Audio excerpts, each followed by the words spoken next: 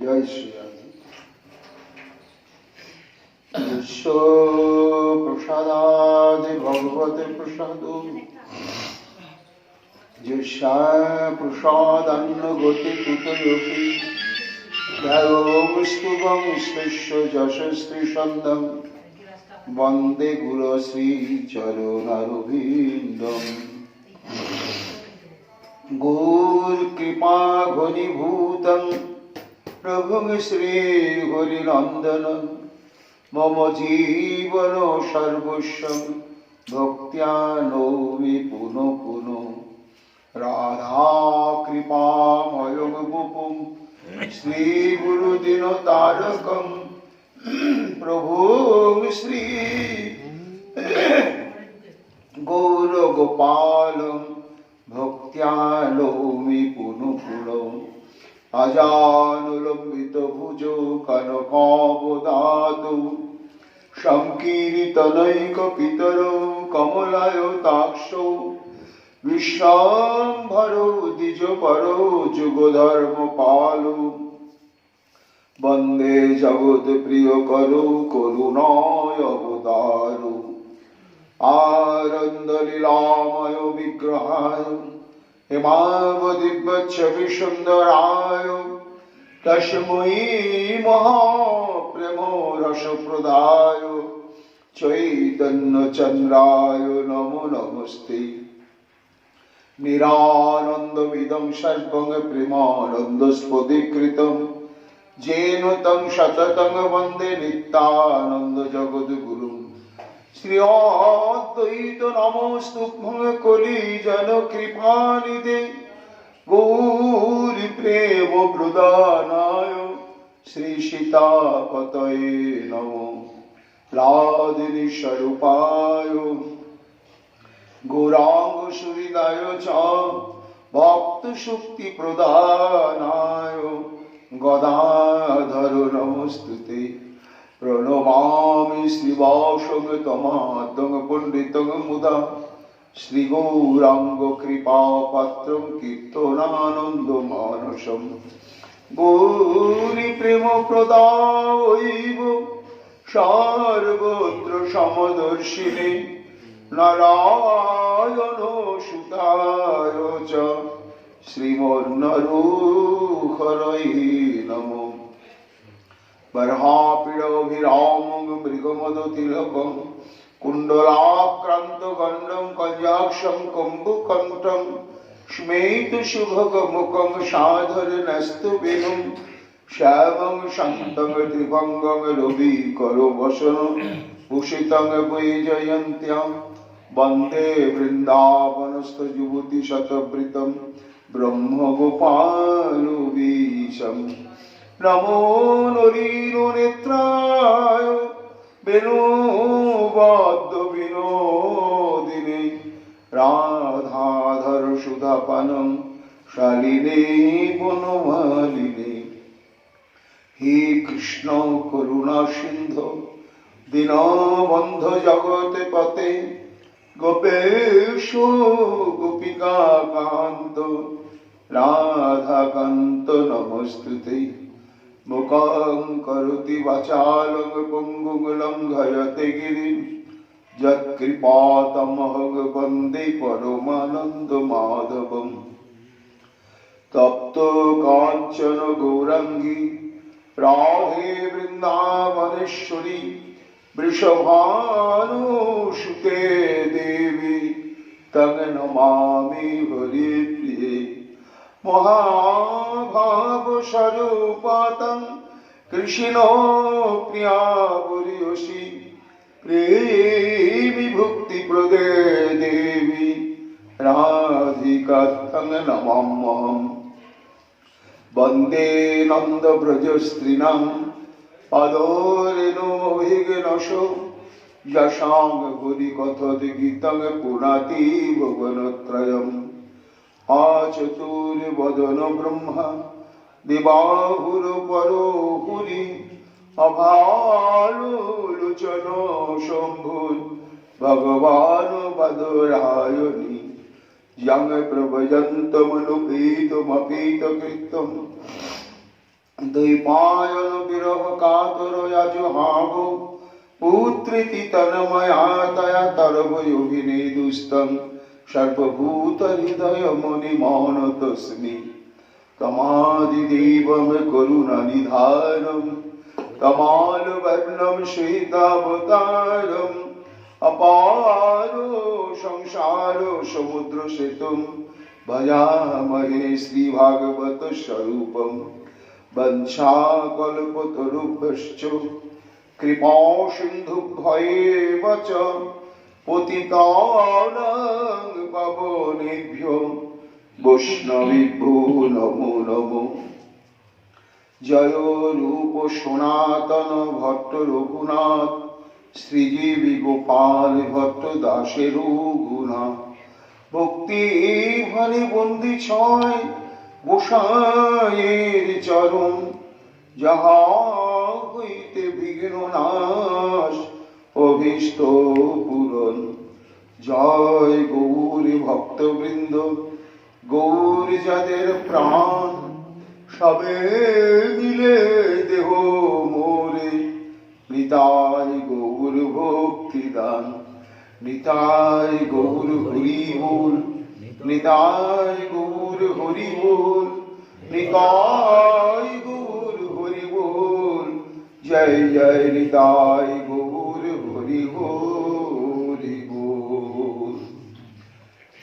নর হরি প্রাণ গোরা গৌরাঙ্গুয়ে গোরা প্রাণ গোরা গৌরাঙ্গুহি গৌরাঙ্গুহি। জয় মহাপ্রভু।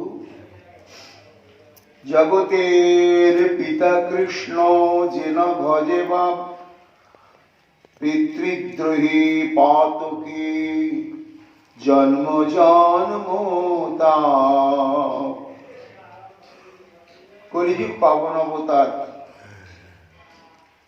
নিখিল জনমানুষ সন্তাপহারী মহাবদান্য অবতার প্রেম পুরুষোত্তম ভগবান শ্রী চৈতন্য মহাপ্রভু অশেষ বিশেষ কৃপা ভাজন শ্রীমান নিত্যানন্দ প্রভুর কৃপারসে গঠিত তনু কৃষ্ণ দ্বৈপায়ন বেদব্যাস অবতার পরম পূজ্যপাদ শ্রীমদ বৃন্দাবন দাস ঠাকুর তাঁর শ্রী শ্রী চৈতন্য ভাগবত গ্রন্থে মধ্য খণ্ডে প্রথম অধ্যায় শ্রীমন মহাপ্রভু গয়া হতে প্রত্যাগমন করার পরে যে অবস্থা প্রাপ্ত হয়েছিলেন ধারাবাহিকভাবে বৃন্দাবন দাস ঠাকুর তাই বর্ণনা করছে। কৃষ্ণময় অন্তর্বাহির হয়ে গিয়েছেন মহাপ্রভু, যাহা যাহা নেত্র পড়ে তাহা কৃষ্ণ স্থলে। মধ্যাহ্নকালে গঙ্গা বিহার সমাধা করে ফিরে এসেছেন, মহাপ্রসাদ ভোজনে বসেছেন। গর্ভধারিণী মাতৃদেবী শচী মাতা তিনি গঙ্গা স্নানে যাবার আগে সমস্ত শিষ্যবর্গকে নিয়ে যে সমস্ত অধ্যয়ন বিষয় আলোচনা করছিলেন শচীনন্দন, মা মাতৃজাতি হলেও তা শুনেছেন। তাই মায়ের মনে একটা জিজ্ঞাসা, সন্দেহ যে নিমাই তো ব্যাকরণ পড়ায়, ব্যাকরণ পড়াবে,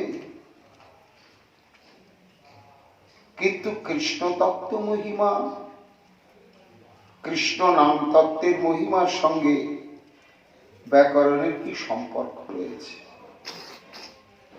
এটি মাও ঠিক বুঝতে পারছিলেন না। তাই ভোজনের সময় মা জিজ্ঞাসা করলেন, নিমাই আজকে কোন প্রসঙ্গে তবে ওদের পাঠ দিলে? তার উত্তর দিতে গিয়ে মহাপ্রভু মায়ের কাছে এই সিদ্ধান্তটি স্থাপন করছে যে সমস্ত জ্ঞান, সমস্ত অধ্যয়নের উদ্দেশ্যই হচ্ছে কৃষ্ণ ভক্তি লাভ করা, কৃষ্ণ ভজনের জন্য অনুপ্রাণিত হওয়া এবং মনে প্রাণে কৃষ্ণ ভজন তৎপর হওয়া। এই তত্ত্বটি যদি শিষ্যবর্গকে, অর্থাৎ যারা অধ্যয়ন বিদ্যা অর্জন করবার জন্য যারা এসেছে, তাদের অন্তঃকরণে যদি এই বদ্ধমূল ধারণাটি গেঁথে দেওয়া না যায়, তাহলে পরবর্তীতে এরা ব্যাকরণগত জ্ঞান নিয়ে কেবলমাত্র জীবিকা নির্বাহ করবে আর বিভিন্ন প্রসঙ্গে তর্ক বিতর্ক, জয় পরাজয়, লাভ পূজা প্রতিষ্ঠার চক্রে পড়বে। তাই মা সমস্ত শাস্ত্রের মূল বক্তব্যই যে কৃষ্ণানুশীলন, সেটাই আমি বলছিলাম ওদেরকে। জগতের পিতা কৃষ্ণ জেনা ভজে বাপ, পিতৃদ্রোহী পাতকী জন্ম জন্ম তাপ। মা ব্যাকরণ পড়ল, সে বেদান্ত তীর্থ হলো, ব্যাকরণ তীর্থ হলো, কাব্য তীর্থ হলো, মুখোপাধ্যায় উপাধ্যায় অনেক কিছুই হলো, কিন্তু সেই জ্ঞানালোকে যদি কৃষ্ণ ভজন প্রয়োজন বোধটি তার অন্তরে না জাগলো, তাহলে সেই জ্ঞানের কি মূল্য? মা কোনো মূল্য নেই। এই জন্য ব্যাকরণ পড়ার উদ্দেশ্যই হবে ভাগবত অনুশীলন, আর ভাগবতের অনুশীলনই হবে কৃষ্ণ তত্ত্ব সম্যক উপলব্ধি করা এবং তার সঙ্গে যে সম্বন্ধ অভিধেয় এবং প্রয়োজন, এই প্রসঙ্গেই তো শ্রীমদ্ ভাগবত আলোচনা করেছেন। সেই তত্ত্বটি সম্যক উপলব্ধি করে কর্মজীবনে সার্বেন্দ্রিয়ের দ্বারা কৃষ্ণানুশীলনে আত্মোৎসর্গ করতে পারলে তার পড়াশোনা বা অধ্যয়ন সার্থক। জগতের পিতা কৃষ্ণ জেনা ভজে বাপ। মা এই জগতেরই একমাত্র পিতাই হচ্ছে সেই ঈশ্বর পরম কৃষ্ণ সচ্চিদানন্দ বিগ্রহ, অনাদিরাদি গোবিন্দ সর্ব কারণ কারণ। যদি বলো মা এর প্রমাণ কি?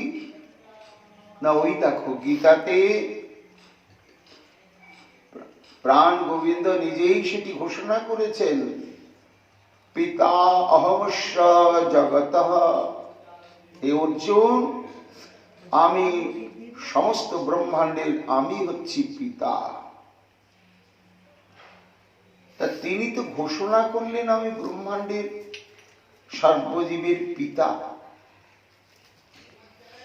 কিন্তু তিনি নিজেকে যে সবার পিতা বলে ঘোষণা করলেন, এর পেছনে কি সিদ্ধান্ত, কি দৃষ্টান্ত রয়েছে? এইটি কিন্তু শ্রীকৃষ্ণ গীতাতে বলেননি, শুধু সিদ্ধান্তটি ঘোষণা করা হয়েছে যে শ্রীকৃষ্ণই জগৎ পিতা। কিন্তু কেন তিনি জগৎ পিতা, এটি শ্রীমদ্ ভাগবত সুস্পষ্টভাবে ব্যক্ত করেছে না। কোথায়? একাদশ স্কন্ধে মিথিলাধিপতি যখন নিমি মহারাজের সভাতে সমাগত হয়েছিলেন নবযোগেন্দ্র, তখন তাদেরকে এক একজনকে এক এক রকম প্রশ্ন করেছিলেন নিমি মহারাজ। তা চমস নামক যে যোগেন্দ্র, তাকে জিজ্ঞাসা করা হয়েছিল যে এই যে ভগবান যে জগতের পিতা, কেন, কোন সিদ্ধান্তে তাকে সমস্ত জগতের জীবের পিতা বলা হচ্ছে? তার উত্তর দিতে গিয়ে ওই নবযোগেন্দ্রগণের অন্যতম হচ্ছেন চমস মুনি। তিনি বলেন, হে মহারাজ নিমি, এই যে বিশ্বের মানব দেহধারী যে জীব, এই জীবটি হচ্ছে চার চার শ্রেণীতে বিভক্ত। এক হচ্ছে ব্রাহ্মণ, ক্ষত্রিয়, শূদ্র, বৈশ্য। কর্মসূত্রে, জন্মসূত্রে। আর হচ্ছে ব্রহ্মচারী, গৃহস্থ, বানপ্রস্থী এবং সন্ন্যাসী। এই নিয়েই হচ্ছে মানব সমাজ। তা এই মানব সমাজ, এই চারটি যে বর্ণ আর চারটি যে আশ্রম, কোথার থেকে কেমন ভাবে সৃষ্টি হলো, কার থেকে সৃষ্টি হলো? না, সে আদি পুরুষ শ্রী ভগবান বিষ্ণু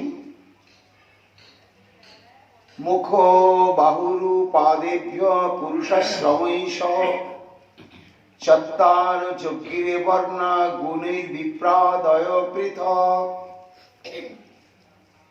মহাপ্রভু মাকে ভাগবতী সিদ্ধান্তে প্রমাণ করে দিচ্ছে যে শ্রীকৃষ্ণ জগতের পিতা।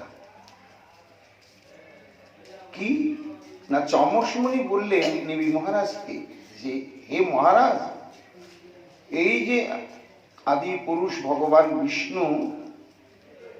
বিষ্ণুর মুখ থেকে সত্যগুণের ব্রাহ্মণের প্রকাশ ঘটেছে। তাহলে ব্রহ্মাণ্ডে যত ব্রাহ্মণ, তাদের মূল পিতাই হচ্ছে কৃষ্ণ।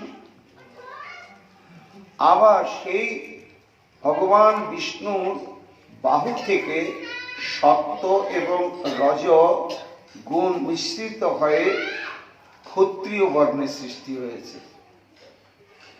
তাহলে ক্ষত্রিয় বর্ণেরও পিতা হচ্ছেন ভগবান।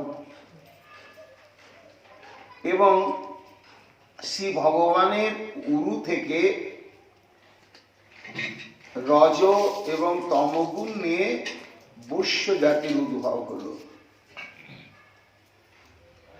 তাহলে বৈশ্যরাও ভগবানের থেকেই সৃষ্টি। তাদের থেকে যখন সৃষ্টি হয়েছে, তখনই তিনি হচ্ছেন পিতা। আর পাদেভ্য অর্থাৎ সেই আদিপুরুষ শ্রী ভগবানের চরণ থেকে তমগুণ নিয়ে শূদ্রের উৎপন্ন হল। এই চারটি বর্ণ ভগবানের থেকে উদ্ভব হলো বলে মূল পিতাই হচ্ছেন শ্রী ভগবান। এবং তার সঙ্গে সঙ্গে আশ্রমই সহ চারটি আশ্রম এইভাবে প্রকাশিত হলো। এইবার মা শোনো, তারপরে চমসমুনি কি বললেন? তিনি মহারাজকে বললেন, মহারাজ, এই সিদ্ধান্তের দ্বারাই একমাত্র শ্রীকৃষ্ণ ভগবানই হচ্ছেন পিতা। য এষাং পুরুষং সাক্ষাৎ আত্ম প্রভবম ঈশ্বরম ন ভজন্ত অবজানন্তি স্থানাদ ভ্রষ্টা পতন্তঃ। এই যে চারটি বর্ণ এবং আশ্রমের উৎস, স্রষ্টা, উৎপত্তি স্থান বা পিতা, সেই আদিপুরুষ প্রভুকে ন ভজন্তি, কেউ যদি ভজন না করে, এই ভজন যোগ্য দেহ জন্ম প্রাপ্ত হওয়ার পরে, এবং অবজানন্তি অর্থাৎ অবজ্ঞাবশত ভজন না করে। কি অবজ্ঞা? ভগবান তো ভোগ্যবস্তু সৃষ্টি করেছেন ভোগের জন্য, আর ইন্দ্রিয় সৃষ্টি করেছেন ভোগ করার জন্য। তা জিহ্বা দিয়েছেন রসাস্বাদনের জন্য। জগতের ভালো মন্দ খাবারের স্বাদটাই যদি আস্বাদন না করি, তাহলে ভগবানের সৃষ্টির উদ্দেশ্য ব্যর্থ হয়ে গেল। এটাই তো বড় কথা। তা আবার হরিভজন কি, হরিভজন কি? এটা হচ্ছে অবজ্ঞা করে কৃষ্ণ ভজন থেকে নিজেকে বঞ্চিত রাখা। আবার অনেকেই অজ্ঞানতা বশত ভজন করে না, কিন্তু অজ্ঞানতা বশত আদি পিতা ভগবানকে যদি ভজন না করে, অবজ্ঞা বশত যদি গোবিন্দ ভজন না করে, স্থানাদ ভ্রষ্টা পতন্তধ, কোন স্থান থেকে তারা ভ্রষ্ট হবে না? এই যে চারটি আশ্রম আর চারটি বর্ণ, তাকে তো আশ্রয় করে তারা ছিল, সেই আশ্রয় থেকে তারা ভ্রষ্ট হয়ে গিয়ে বিষ্ঠা ক্রীড়াদিতে পরিণত হবে। তাহলে ভাগবতের সিদ্ধান্ত হচ্ছে যে একমাত্র শ্রীকৃষ্ণই হচ্ছে আমাদের আরাধ্য তত্ত্ব বিশেষ, আরাধ্য ভগবান ব্রজেশ তনয়। এবার তাকে যদি ভজন না করা হয়, হ্যাঁ, তাহলে কি হবে? উদ্ধবকে সেই কথাটি বললেন শ্রী গোবিন্দ আমার, হৃদেহ মাধ্যম সুলভং দুর্লভং প্রবম সুকল্পম গুরু কর্ণধারম ময়া অনুকূলেন নভেষ্যতে ঋতম ভবাব্দি নতরে সপুমান আত্মহা।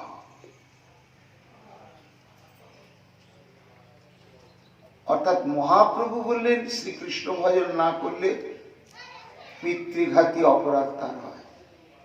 নিজের পিতাকে খুন করলে যে পিতৃহত্যা মা পাতকের ভাগী হতে হয়, তার জন্য কর্মফল ভোগ করতে হবে নরকে গিয়ে। তেমনি জগৎ পিতা শ্রীকৃষ্ণকে যদি যথাসাধ্য ভজন কেউ না করে, তাহলে সে সত্যবাদী হোক, জিতেন্দ্রীয় হোক, দান ধ্যান পরোপকারী করুক, যজ্ঞ করুক, বড় ব্রহ্মচারী হোক আর যাই হোক, কৃষ্ণ ভজন না করার জন্য কি হবে? মহাপ্রভু বললেন পিতৃহত্যা পাপ। আর দাপর যুগে উদ্ধবকে শ্রীকৃষ্ণ বললেন সপুমান আত্মহা। আত্মহা মানে কি? আত্মহত্যা। আত্মহত্যা মহাপাপ। আত্মহত্যা করলেই সে মানুষ বোঝে না যে তার জন্য আত্মঘাতী একটা আলাদা নরকই রয়েছে, সেখানে বহুকাল সে নরক যন্ত্রণা ভোগ করতে হয়। আত্মহত্যার জন্য তো মনোবৃত্তি জাগে। সনাতন গোস্বামী পাদেরও জেগেছিল। কেন জেগেছিল না? তিনি বৃন্দাবন থেকে পদব্রজে হাঁটতে হাঁটতে ঝাড়খণ্ডের জঙ্গলি পথ দিয়ে চলতে চলতে যখন কয়েক মাস ধরে চলতে চলতে নীলাচলে পৌঁছালেন, তখন জলের দোষে সারা শরীরে ভয়ঙ্কর চর্মরোগ হয়ে গেল। খুজলি, পচড়া ইত্যাদি দুর্গন্ধ, রস ছুঁয়ে ছুঁয়ে পড়ে পুঁজ। মহাপ্রভু প্রত্যেক দিন জোর করে আলিঙ্গন করেন, আর সেই সব কুণ্ডু রসা মহাপ্রভুর লাগে গায়। নিষেধ করলেও মানেন না প্রভু। সনাতন গোস্বামী বলছেন তিনি আমাকে স্নেহ করছেন, করুন, কিন্তু ব্যাধিটা তো আছে, এই ব্যাধির প্রভাব তো তাকে ভোগ করতে হবে। এই যে আমার এই সমস্ত দুরারোগ্য ব্যাধি রস ইত্যাদি তার শরীরে গিয়ে লাগছে, তা যে দেহটা আমার এইরকম হয়ে গেল, সে দেহ রেখে আমি কি করব? না, এই দেহ আর আমি রাখবো না। তো রাখবো না যে তা দেহটাকে আমি ত্যাগ করব কেমন ভাবে? না, সাধারণ ভাবে নয়, এমন ভাবে ত্যাগ করব যে সেইভাবে দেহ ত্যাগ করলে আমি নিশ্চয় প্রভুর চরণ পাব। এই বলে সনাতন গোস্বামী মনে মনে সংকল্প করলেন যে আর মাত্র কয়েকটা দিন বাকি আছে রথযাত্রা। এই রথযাত্রা শুরু হবে, রথে টান পড়বে, শচীনন্দন আজানুলম্বিত বাহু উত্থিত করে একেবারে কীর্তন আনন্দে প্রমত্ত হয়ে নৃত্য করবে রথের সামনে সামনে। সেই সময়তে আমিও সবার আড়ালে, কেউ জানবে না, মুখে হরি হরি বলতে বলতে প্রাণ ভরে গৌর বদন দর্শন করতে করতে ওই হড়হড় করে যে রথ চলছে ওই চাকার তলে গিয়ে পড়ে যাব। আর সেই মহাভার রথ চক্র আমার উপর দিয়ে চলে যাবে। তো এক দারু ব্রহ্ম জগন্নাথ দেবের রথ, সেও অপার্থিব অপ্রাকৃত চিন্ময়, তার স্পর্শে যদি আমার মৃত্যু হয়, তারপরে আমি হরিনাম করব আর গৌর সুন্দরকে দর্শন করব। এইভাবে যদি আমি দেহ ত্যাগ করতে পারি তাহলে তো নিশ্চয় আমার পরাগতি লাভ হবে। এটি একেবারে সংকল্প করলেন সনাতন গোস্বামী। আর দিন গুনছেন, এই তার কটা দিন, তারপরে তো রথযাত্রা শুরু হবে। মহাপ্রভু এসে বলছেন, সনাতন, দেহ ত্যাগে কৃষ্ণ না পাইয়ে পাইয়ে ভজনে।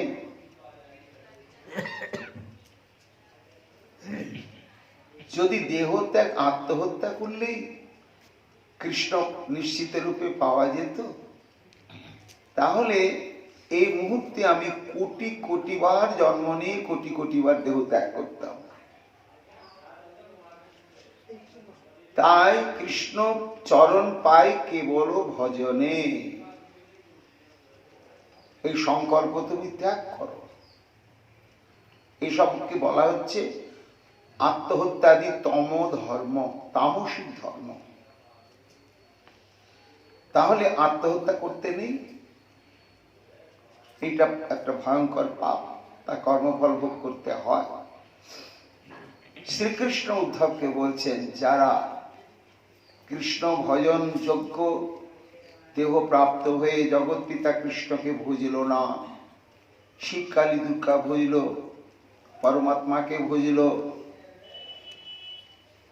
জগতের কল্যাণ সাধন করলো, বিরাট সিদ্ধি লাভ করলো, যাই করুক, কিন্তু গোবিন্দ ভজন না করার জন্য সে যখন মৃত্যুর কোলে ঢলে পড়বে, তখন আত্মহত্যার যে পাপ, সে কর্মফল তাকে ভোগ করতেই হবে।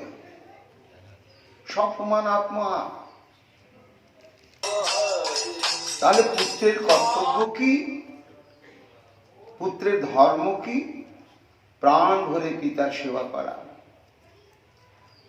এই কথা লীলাতে শ্রীকৃষ্ণ ঘোষণা করেছেন যে জড় জগতে যেমন, প্রাকৃত জগতে যেমন, ইহ জগতে যেমন পুত্রের কর্তব্য পিতামাতার সর্বতভাবে সেবা করা, সেবা না করলে তার কি কর্মফল ভোগ করতে হয় সেটা শাস্ত্র বলে দিয়েছে। আবার পারমার্থিক রাজ্যেও জগৎ পিতা গোবিন্দকে যদি কেউ ভজন না করে, ভজনযোগ্য দেহ প্রাপ্ত হয়ে, তাহলেও ওই দশায় তার প্রাপ্ত হয়। কংসকে উদ্ধার করলেন শ্রীকৃষ্ণ, সঙ্গে সঙ্গে ভেসে উঠল। সেই প্রায় 11-12 বছর ধরে জেলখানার মধ্যে পাথর চাপা, চোখের জলে মেঝে টলমল করছে পিতা বসুদেব এবং মাতা দেবকীর চোখের জল। ছুটলেন শ্রীকৃষ্ণ এবং বলরাম। কারাগারে প্রবেশ করে সহস্তে শৃঙ্খল মুক্ত পাষাণ অপসারণ করে বারবার প্রণাম নিবেদন করতে লাগলেন, ক্ষমা প্রার্থনা করতে লাগলেন যে মা, বাবা, আমরা অপরাধী, তোমাদের দ্বারা এই দুর্লভ মানব দেহ প্রাপ্ত হয়েও আর দীর্ঘকাল তোমাদের সেবা থেকে বঞ্চিত হয়ে আছে। পুত্র প্রাপ্তির যেটা উদ্দেশ্য পিতা মাতার, সেই উদ্দেশ্যটা থেকে তোমরা বঞ্চিত থেকে গেলে আর ওটা কোনোদিন ফিরে আসবে না। কি না, পুত্রের যে বাল্য এবং পৌগণ্ড বয়সের যে চঞ্চলতা, দুষ্টুমি, আধো আধো মিষ্টি কথা, আবদার ইত্যাদি, এটা বড় উপভোগ্য পিতা মাতা, বড় উপভোগ্য। কিন্তু আমরা যখন তোমাদের কাছে আসছি তখন আমাদের বয়স 11-12 বছর। এই যে শৈশবের যে পুত্র বাৎসল্য, সেটা ভোগ করতে পারলে না তোমরা। এটা আমাদেরই দোষ, আমাদেরই কর্মফল। শোনো মা, শোনো পিতা, যস্তয়োর আত্মজ কল্প আত্মনা চ ধনেন চ বৃত্তি ন দদ্যাত্তং প্রীত্য সমাংসং খাদয়ন্তি। শ্রীকৃষ্ণ বলছেন, যে ছেলে পিতামাতার দ্বারা সেবাযোগ্য এই দেহ প্রাপ্ত হওয়ার পরে নিজের শরীর, মন, বাক্য, ধন সমস্ত কিছুর দ্বারা যারা পিতা মাতাকে একেবারে আমৃত্যু সেবা না করে, এবার মৃত্যুর পরে কি হয় তাদের? সমাংসং খাদয়ন্তি হি প্রত্যা। তাদের তো নরকে যেতেই হয়, এবং সেখানে গিয়ে তাদের জন্য নির্ধারিত শাস্তিটা কি না, তারা মরবে না, জ্যান্তই থাকবে, আর তাদের শরীর থেকে মাংস কেটে কেটে ছিঁড়ে ছিঁড়ে নিয়ে আবার ওদেরকে খাওয়াবে, ওদেরকেই খাওয়াবে। কেন না, এই যে তোমরা পাপ করেছ, পিতামাতা জন্ম দিল, শরীরটা প্রদান করলো, আর তাদের সেবা করলে না, শরীর, মন, বাক্য, অর্থবিত্ত সবকিছু দিয়ে। তেমনি জড় জগতের পিতামাতাকে যদি কোনো পুত্র এইভাবে সেবা না করে, তাহলে যেমন ভয়ঙ্কর নরক ভোগ করতে হয়, তেমনি পারমার্থিক জগতে জগৎ পিতা শ্রী গোবিন্দ, তাকে যদি কেউ সেবা পরিচর্যা ভজন না করে, তাহলে তাকেও চরম কর্মফল ভোগ করতে হয়। কি? পিতৃদ্রোহী পাতকী জন্মে জন্মে তা। আমরা তো প্রতিশ্রুতিবদ্ধ হয়ে এসেছি মা, গর্ভ থেকেই। যদি বলো কিভাবে? চিত্ত দিয়ে শোনো মাতা, জীবের যে গতি, কৃষ্ণ না ভজিলে পায় যতে কো দুর্গতি। মরিয়া মরিয়া পুনঃ পায় গর্ভবাস, সর্বঙ্গে অমেদ্য পঙ্কের পরকাশ। এই পুনর্বার জন্ম, পুনর্বার মৃত্যু, এই জন্ম মৃত্যুর যন্ত্রণা যদি কৃষ্ণ ভজন না করে, তাকে দীর্ঘকাল করেই যেতে হয়। তা আমরা যে কেমন অবস্থায় এই দেহটা প্রাপ্ত হয়েছি তার ইতিহাস শোনো মা।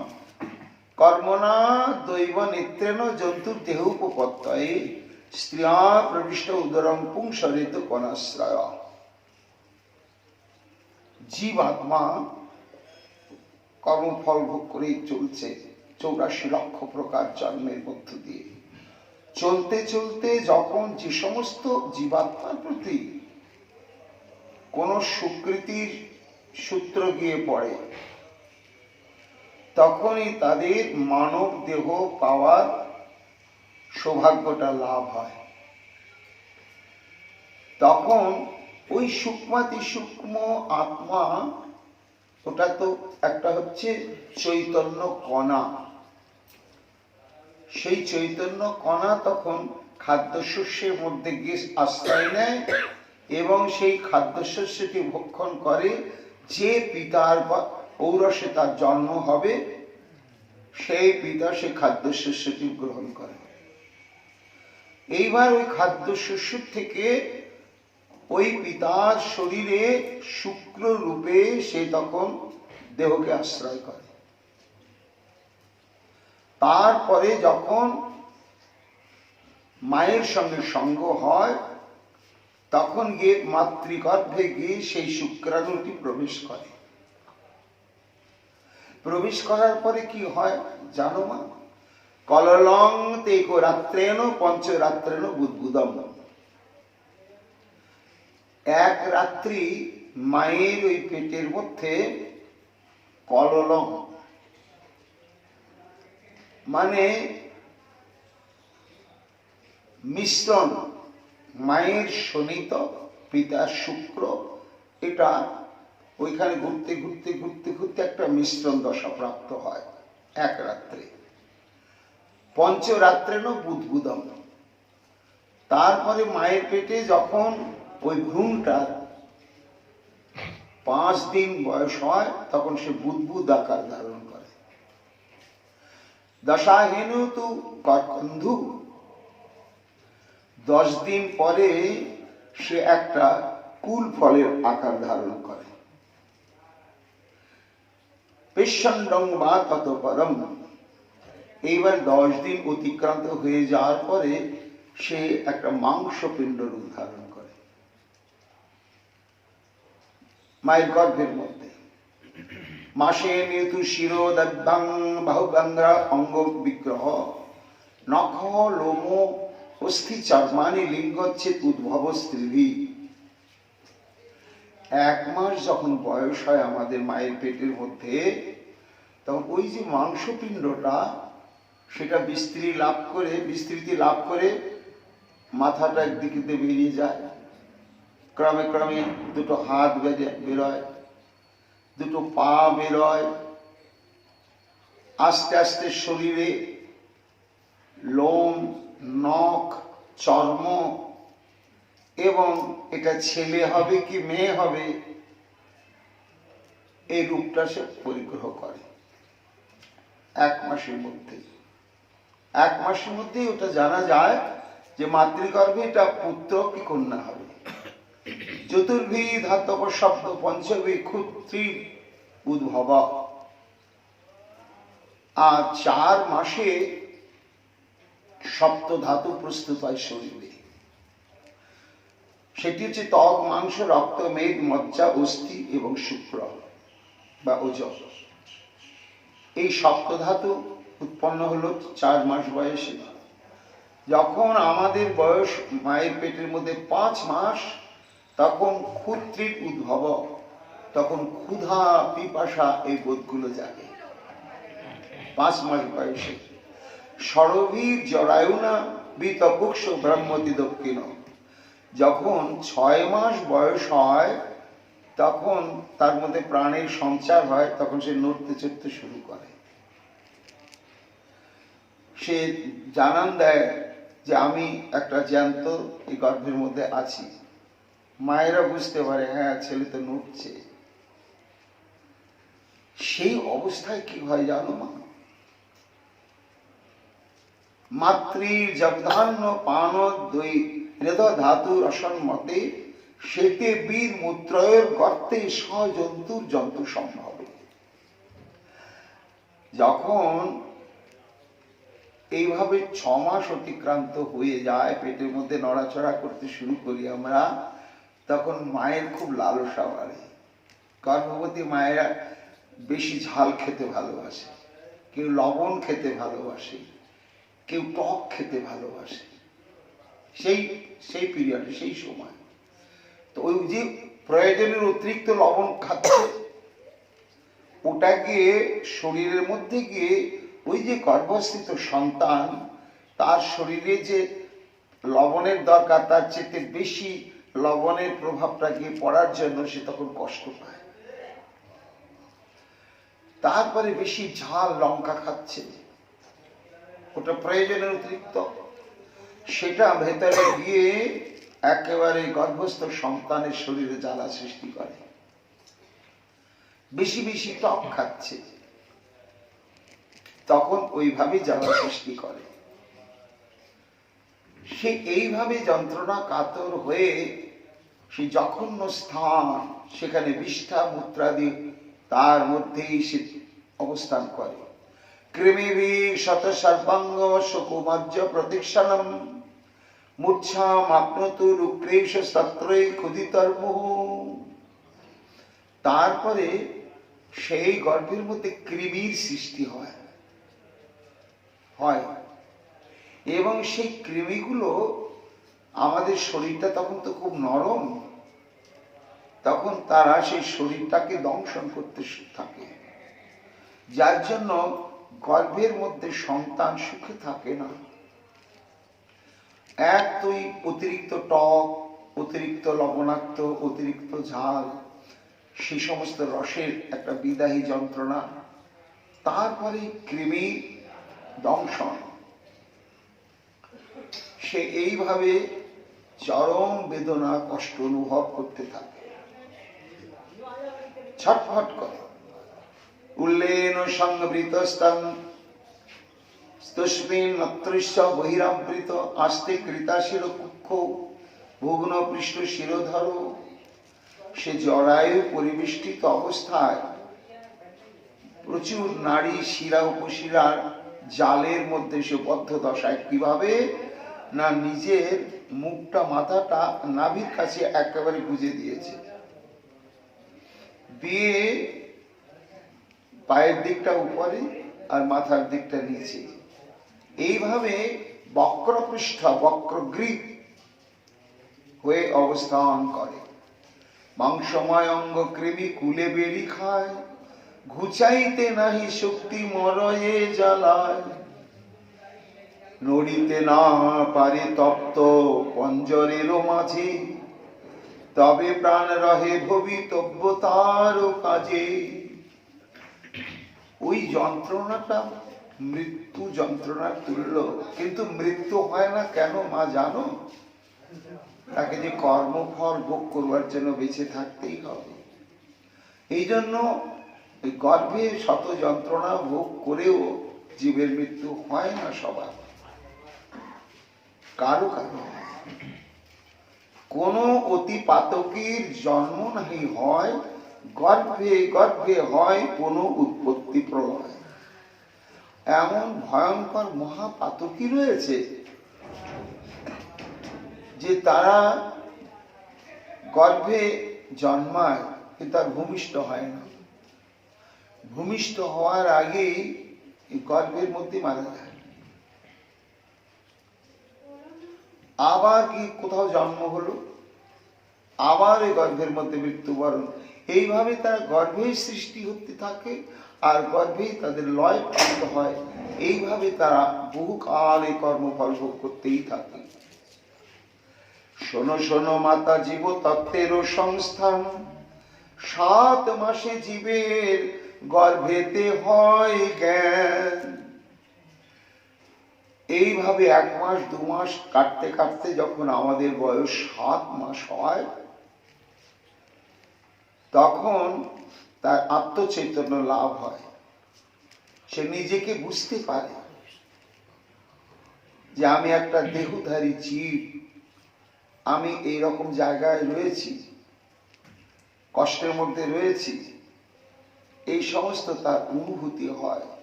আরভ্য সপ্ত মাসান লব্ধ বোধ অপি বেপিত নৈকস্তাত্রে সুতি বায়ুর বিষ্ঠা ভুরি বসধরা। তখন শরীরের মধ্যে এপাশ থেকে ওপাশ, ওপাশ থেকে ওপাশ, পেটের মধ্যে খুব চরম নড়াচড়া করে আর অনুভব করে যে একজন স্রষ্টা রয়েছে। আমি যে এই মাতৃগর্ভে এলাম, আমি আসিনি, উনি আমাকে পাঠিয়েছেন। আমার ইচ্ছা প্রণোদিত হয়ে আমি আসিনি, ইচ্ছা প্রণোদিত হয়ে ভূমিষ্ঠ হব না, ইচ্ছা প্রণোদিত ভাবে যতদিন খুশি আমি বাঁচব না। এই সমস্ত কিছুরই নিয়ন্ত্রণের চাবিকাঠি একজনের হাতে আছে। তিনি হচ্ছেন জগৎ প্রভু। এটি মা জীবাত্মা ওই মাতৃগর্ভের মধ্যেই সেটি সম্যক উপলব্ধি করে। না তো মানসীর ভীত সপ্তভদ্রী কৃতাঞ্জলি স্তবিত তং বিক্লবয়া বাচা যেনদ উদরে অর্পিত। ওই অবস্থায় তখন সে অন্তরের ভাষায় কৃতাঞ্জলি, ওইকে তো হাতটা জড়িত রয়েছে, শ্রী ভগবানের কাছে কৃপা ভিক্ষা করতে শুরু করে। রক্ষ কৃষ্ণ জগত জীবন প্রাণনা তোমার বই জীব দুঃখ নিবেদিব কার। কি প্রার্থনা করে যে প্রভু তুমি ছাড়া জীবের আর কি আছে? মুক্তি তুমিই দিতে পারো, ভক্তি তুমিই দিতে পারো, সৃষ্টি তুমিই করতে পারো, প্রলয় তুমি করতে পারো প্রভু। তুমি করতুম অকর্তুম অন্যথা করতুম সমর্থ তত্ত্ব বিশেষ। তাই তোমাকে ছাড়া কার কাছে নিবেদন করব? যে করয়ে বন্দি প্রভু ছাড়ায় সেই সে সহজ মৃতের প্রভু মায়া কর কিসে। তুমি এই গর্ভরূপ কারাগারে তুমি তো পাঠিয়েছ, তা যেমন তুমি গর্ভরূপ কারাগারে তুমি পাঠিয়েছ, আবার এই কারাগার থেকে মুক্ত করাটাও তোমারই হাত। এইভাবে সে প্রার্থনা করে। দেহ্য না দেহ বিবরে জঠরাগ্নি নাশ্রী বীর মূত্র কুপু পতিত ভৃষস্তপ্ত দেহ ইচ্ছান্বিত বিভূষিত গণয়ন সমাসান নির্বাসতে কৃপণ ধীর ভগবান কদানু। কি বলে? বলে হে প্রভু, এই যে তোমার দাসানুদাস এই গর্ভের মধ্যে মল মূত্র শোণিত কৃমি, সেখানে শ্বাস প্রশ্বাসের কোনো মুক্ত পরিবেশ নেই, অথচ জঠরা নল, সেখান উত্তপ্ত। এমতো ভয়ঙ্কর যন্ত্রণাময় অবস্থার মধ্যে পড়ে তোমার এই দাসানুদাস শুধু দিন গুনছে। কি দিন গুনছে? কবে তুমি এই গর্ভ যন্ত্রণা থেকে মুক্ত দেবে প্রভু? কবে তুমি মুক্ত দেবে এবং তোমার ভজনে সৌভাগ্য প্রদান করবে? মিথ্যা ধন পুত্র রসে বঞ্চিল জনম, না বুঝিল তোর দুই অমূল্য চরণ। রাধেশ্যাম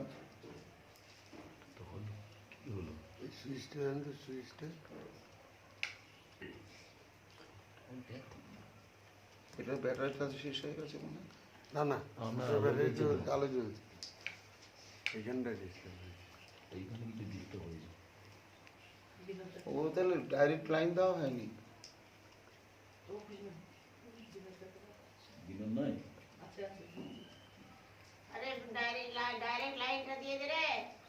ডাইরেক্ট লাইন না দেওয়ার জন্য ওর যা চার্জ ছিল শেষ হয়ে গেছে। যে পুত্র পোষণ কইলই অশেষ বিধর্মে, কোথা বাসে সব গেল মোরে ও কর্মে। বুঝতে পারে জীব মা যে সে কখনো একবার এই নরদেহ প্রাপ্ত হয়েছিল,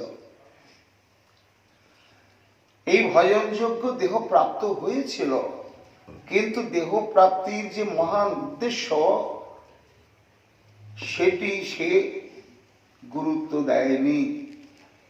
না দেওয়ার জন্য নিজের ভোগ বিলাস আর জড়জাগতিক দায়িত্ব কর্তব্য সম্পাদনে সে ব্যস্ত ছিল। সে ভগবানকে কখনো আপন ভাবতে পারেনি। স্ত্রী পুত্র কন্যা স্বামী স্ত্রী এদেরকে আপন ভেবে তার জন্য জীবনের সমস্ত কিছু উৎসর্গ করে দিয়েছে। কিন্তু প্রভু এই কর্মফল তোমাকে না ভাজার জন্য আবার আমাকে গর্ভবাসে ফিরে আসতে হয়েছে। এখন এ দুঃখে মরে কে করিবে পার, তুমি সে এখনো বন্ধু করিবে উদ্ধার। মহাপ্রভু বলছেন, মা এইভাবে গর্ভস্থ সন্তান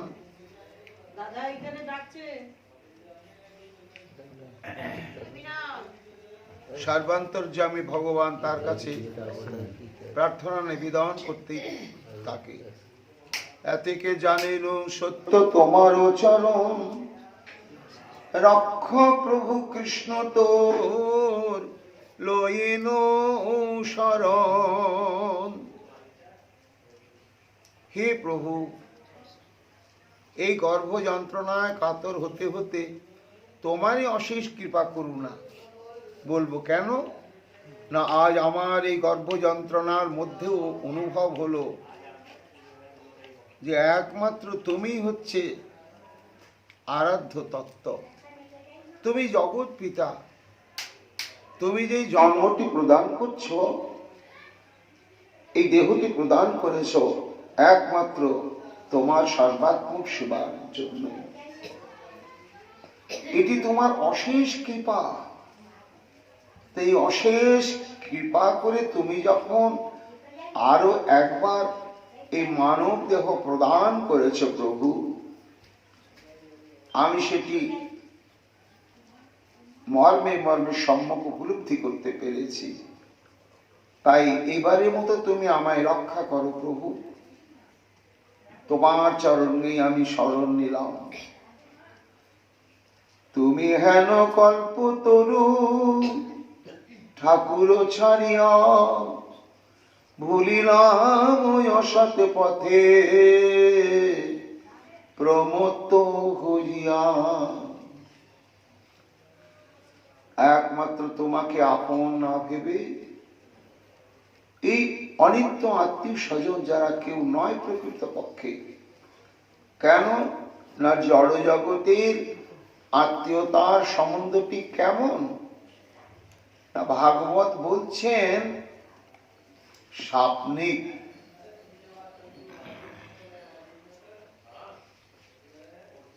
এই পিতা পুত্র মাতা বন্ধু ভাতা ভগিনী পাড়া প্রতিবেশী সম্পর্কটি হচ্ছে কেমন না, যেমন কোন পান্থশালায় একত্রিত হয় পথিক,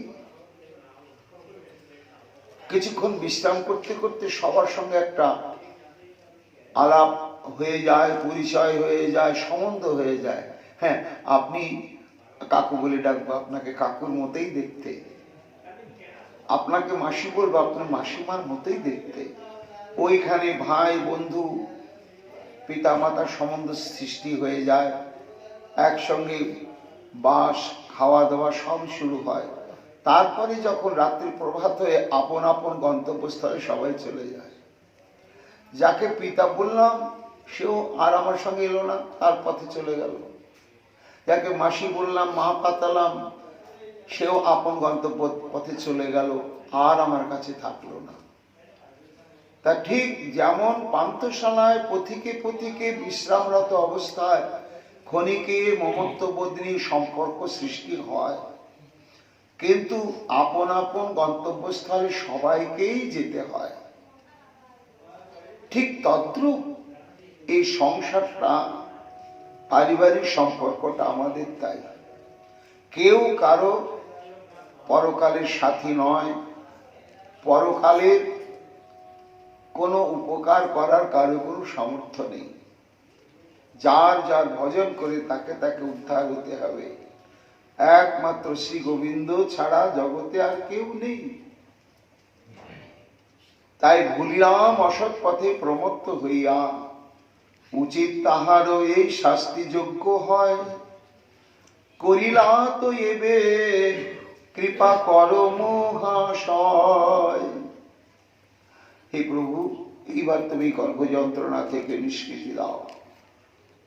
এই কৃপা করো, এই কৃপা আর যেন তোমা না পাশরি। যেখানে সেখানে কেনে না জন্মি না মরি, মানুষ পশুকে বাকি কে জন্মি, অথবা কীট পতঙ্গে কর্ম বিপাকে গতাগতি পনু পনুমতি রহুত আপরশন। এই রকম বিবেক জাগে মা মাতৃগর্ভে জীবের। সে বোধ করে যে কৃষ্ণের চাইতে গুরুত্বপূর্ণ বস্তু হচ্ছে কৃষ্ণ পদের অতিমতি। কেন? তার সখীরা বলেছিলেন রাধারানীকে যে দেখ, কৃষ্ণ সহজে পাওয়া যায়, প্রেম রাখা বড় দায়। গোবিন্দকে সহজে পাওয়া যাবে, কিন্তু রাখা যাবে না, বেঁধে রাখা যাবে না। বেঁধে রাখতে গেলে যে প্রেম দরকার সেটা যদি না থাকে, তাহলে কৃষ্ণকে পাওয়া যাবে বটে, কিন্তু চিরকালের জন্য বেঁধে রাখা যাবে না। আর যদি প্রেম বস্তুটি থাকে, তাহলে শ্রীকৃষ্ণকে তাড়ালেও যাবে না। এই জন্য কৃষ্ণের চাইতে চরমতম সাধ্য বস্তু হচ্ছে কৃষ্ণ ভক্তি, যার জন্য মানুষ পশুকে পাখিকে জন্মে কবি বিদ্যাপতির পদ, এবং এটি তার শেষ জীবনের শেষ রচিত পদ। এরকম প্রবাদ রয়েছে যে কবি বিদ্যাপতির প্রাণদণ্ড হয়েছিল। কেন না, রাজা শিব সিংহের রানী স্ত্রী লক্ষ্মী দেবীর সঙ্গে নাকি তার অবৈধ প্রণয় ছিল। তা তিনি ছিলেন শিব সিংহের সভা কবি, প্রতিদিন একটি করে পদ রচনা করে কবিকে শোনাতেন। আর তার জন্য মহারাজ শিব সিংহ তাকে প্রচুর ধন, বিত্ত, বৈভব এবং মর্যাদা, সম্মান, উপাধি প্রদান করতেন। এটি অন্যান্য সভা পণ্ডিতরা কিছুতেই সহ্য করতে পারত না।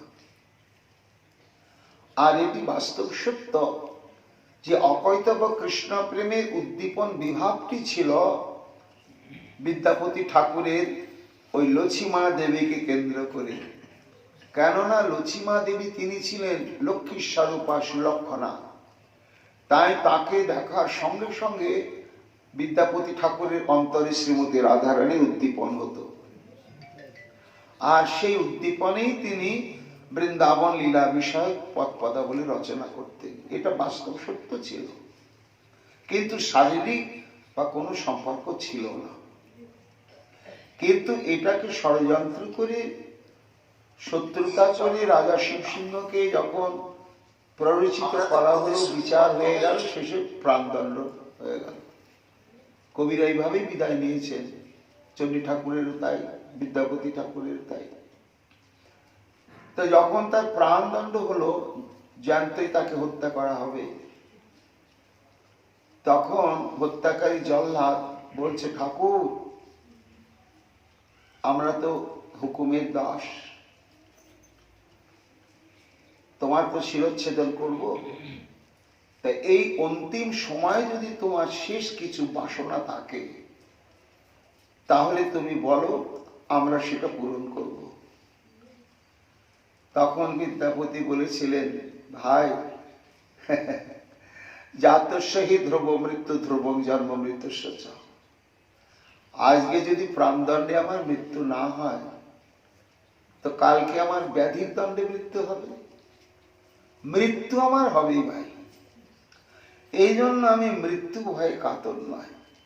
তবে তোমরা বলেছ এই মুহূর্তে তোমার অন্তিম ইচ্ছা কি, তা সেই ইচ্ছাটা একটু জাগলো, সেটা যদি তোমরা পূরণ করে দাও, এক টুকরো কাগজ আর একটা কলম এনে দাও। তখন তারা তাই করে দিলেন।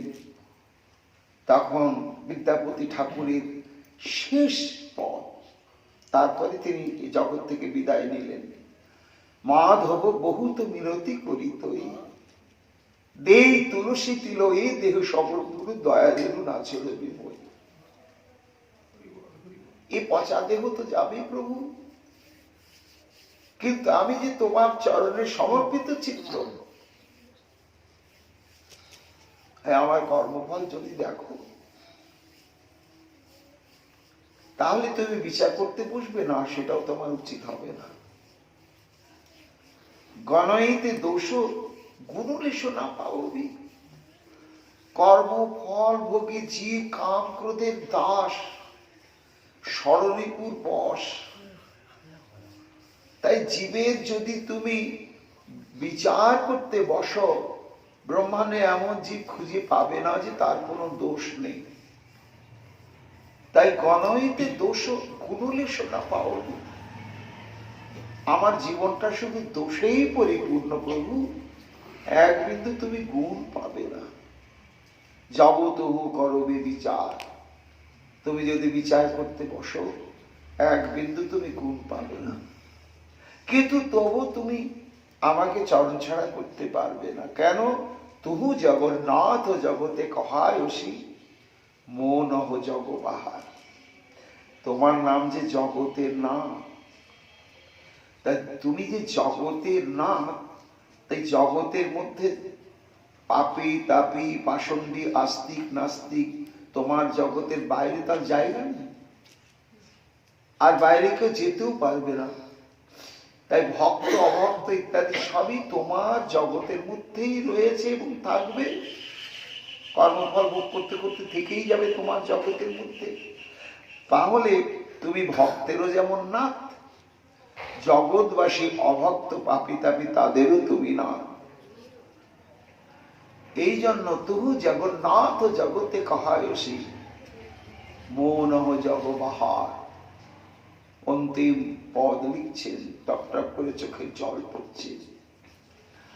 প্রভু যেন এসে বলছেন, রাধা মাধব কবি, তাহলে তোমার প্রার্থনা কি আমার কাছে? কি চাও তুমি? কিচ্ছু চাইনি। মানুষ পশু কে, পাখি কে জন্মে, অথবা কীট পতঙ্গ, কর্ম বিপাকে গতাগতি পুনঃ পুনঃ অতিরূত আপরসন। কর্মফল বিচার অনুসারে তুমি জঘন্য কুলে জন্ম দাও প্রভু, তোমার আশীর্বাদ বলে সেটাই মাথা পেতে নেব। শুধু দাসানুদাসের একটাই অনুরোধ, অন্তরে তুমি তোমার চরণে অচলা প্রেম ভক্তি দিও, প্রেম ভক্তি দিও। কীট পতঙ্গ যাই হই না কেন, তোমার চরণে যদি অচলা প্রেম ভক্তি থাকে, তাহলে আমি সার্থক। ভনয়ে বিদ্যাপতি অতিশয় কাতর, তরৈতে ইহ ভব সিন্ধু, ত্বা পদ পল্লব করিয়াবলম্বন, তিলয়ক দেহ এক বিন্দু। মহাপ্রভু বলছেন, মা, এই গর্ভের মধ্যে সন্তান এই তত্ত্বজ্ঞান লাভ করে, তারা প্রভুর কাছে এইভাবেই প্রার্থনা করে কি, এই কৃপা করো যেন তোমার না পাশরি, যেখানে যে কুলে যেমন ভাবে আমার জন্ম হোক, যেখানে তোমার ঠাঁই যশের যেখানে তোমার নাই যশের প্রচার, যথা নাই বৈষ্ণব গণেরই অবতার, যেখানে তোমার মহা মহোৎসব নাই, ইন্দ্রলোক হইলেও তাহা নাহি চাই। প্রভু, এটাই প্রার্থনা। দেখো মা, তাহলে গর্ভের মধ্যেই সে অনুভব করছে যে এইবার আমি যে ভূমিষ্ঠ হব কেন, কৃষ্ণ ভজন করবার জন্য।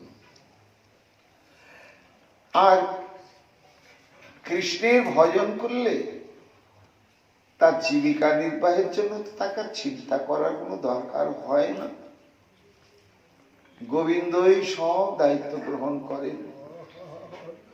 এই জন্যই জীবের কাম্য বস্তু হচ্ছে কৃষ্ণ ভজন আর কৃষ্ণ ভক্তের সঙ্গ। ন যত্র বৈকুণ্ঠ কথা সুধা পগা, ন সাধব ভাগবতা তদশ্রয়া, ন যাত্র যোগেশ মাখা মহোৎসবা সুরেশ লোকেপি নবৈ শিবতাম। ভাগবত কি বলছে? যেখানে সাধুগুরু বৈষ্ণব মিলে নিরন্তর ভাগবতী কথা নাম সংকীর্তন হয় না, কথামৃতের অপূর্ব অমৃত নদী প্রবাহিত হয় না, যেখানে নাম যজ্ঞ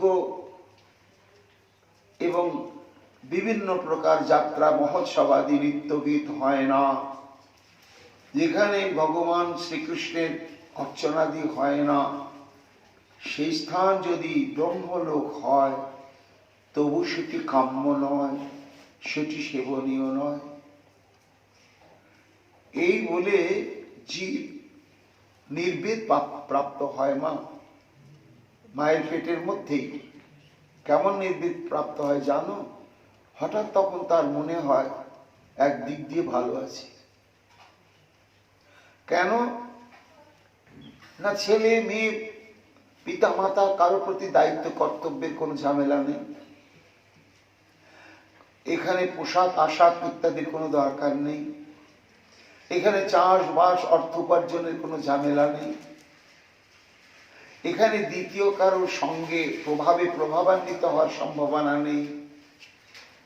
সর্বদিক থেকে একটা নিরাপদ স্থান হচ্ছে গর্ভ। একাই আছি, এক চিন্তা, এক ভাবনা, এক সাধনা নেই। তাহলে মনে হয় এখানেই ভালো আছি। কেন না? এই ভূমিষ্ঠ হওয়ার সঙ্গে সঙ্গে কোথায় আমি যাব? সংসারে। আর সংসারের বৈশিষ্ট্য কি না? সত্য রজতম ত্রিগুণাত্মিকা মায়ার দ্বারা প্রভাবান্বিত সংসার। এই সংসারে প্রবেশ করার সঙ্গে সঙ্গে সংসারের প্রভাব আমার উপরে বিস্তার করবেই করবে। কাজে যতক্ষণ মাতৃগর্ভে থাকা যায় ততক্ষণই একদিক থেকে লাভ। মা এই জন্য দেখো, পরমহংস চূড়ামণি পরিব্রাজক আচার্য সুখদেব গোস্বামী পাদ 12 বছর মাতৃগর্ভে ছিলেন। 12 বছর ব্যাসমুনি বলছেন, পুত্র তুমি ভূমিষ্ঠ হও না পিতা, এখানে কিচ্ছু ঝামেলা নেই, এক ব্রহ্মের চিন্তায় আমি এখানে খুব আনন্দে আছি। আমি এখান থেকে ভূমিষ্ঠ হব না। কোথায় ভূমিষ্ঠ হব? এই জড় জগতে ভূমিষ্ঠ হলেই তো মায়া এসে একেবারে সঙ্গে সঙ্গে গ্রাস করবে। ঠিক জীবও মাতৃগর্ভে এই তত্ত্বটি লাভ করে সে কি প্রার্থনা জানায় ভগবানের কাছে? মহাপ্রভুর কৃপা। আগামীকাল আমরা তা আবার শ্রবণ কীর্তন করবো। এখনকার মতো আমাদের গৌর কথা এখানে বিশ্রাম লাভ করছে।